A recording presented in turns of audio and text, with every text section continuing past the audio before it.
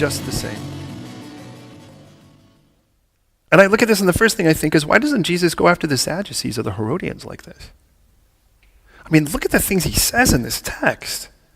Woe, 7, 8 times. Hypocrites, by the way, and we'll get into that in a moment. Blind, guides, Pharisees, and fools. He uses 5 times. He calls them a son of hell.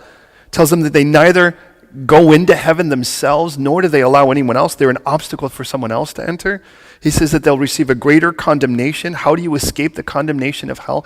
Which one of you wants Jesus to say that to you? He calls them serpents, a brood of vipers. In other words, a family of snakes. Who wants to be called that? Why does Jesus go after these guys, but not as much after people like the Sadducees? Well, he's going to make that really clear in this chapter. It really breaks down into 3 very basic areas for which then he develops in each of them. But which one of us wants to in any way remotely look like this? But let me see what the biggest situation is that what the Pharisees had done was make it harder to get to God, not easier. And that becomes the problem. You see, please understand that the most important thing to God is not you being happy. And you were not created to praise him or to worship him or to serve him or even to glorify him. You were created to be with him. And the reason he created you is because he wants to be with you. If imagine one person in all of eternity can actually build a mate, someone to hang out with. And that's God, and he built you of all things and me of all things. And said, I created you because I want to be with you. That's the whole point. And if that is all of God's motivation, if that's everything that drives him, then everything that happens in your life is good if it brings you to him.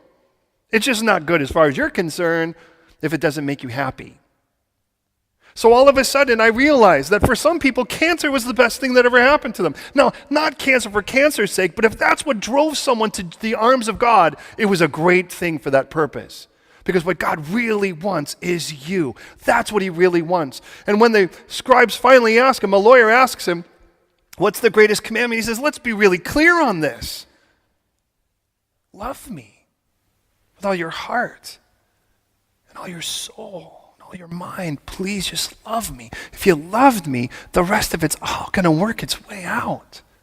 And then when you look at each other, love people, your neighbors, like you would yourself.